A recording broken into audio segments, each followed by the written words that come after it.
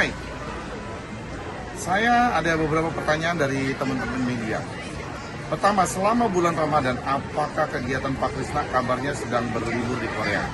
Betul, saya sedang berlibur di Korea karena aktivitas saya di Jakarta sudah selesai dan kemudian kantor sudah libur dan ketemu lagi nanti habis hari raya. Jadi saat ini saya sedang berada di Korea.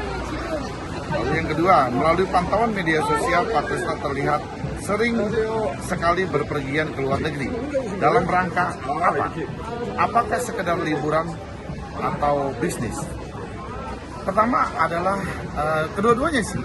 Jadi berlibur dan berbisnis.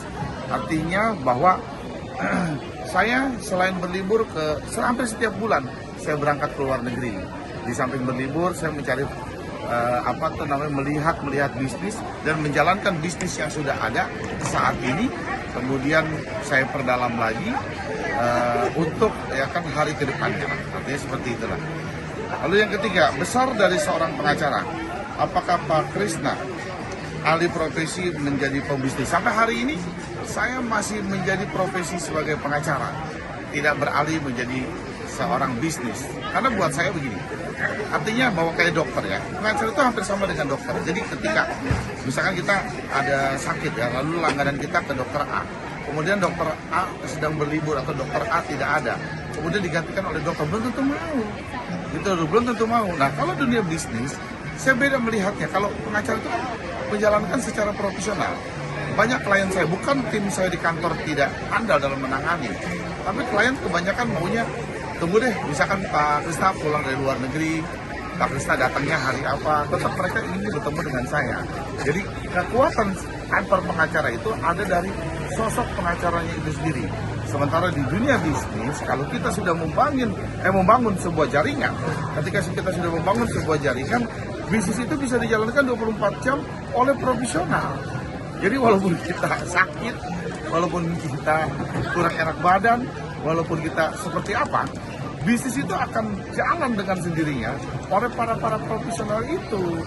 Bedanya itulah, kalau profesional kekuatannya ada di dalam sosoknya sendiri. Tapi kalau di dalam dunia bisnis, ketika jaringan itu sudah terbentuk, dia akan berjalan 24 jam sebagaimana dunia usaha itu sendiri.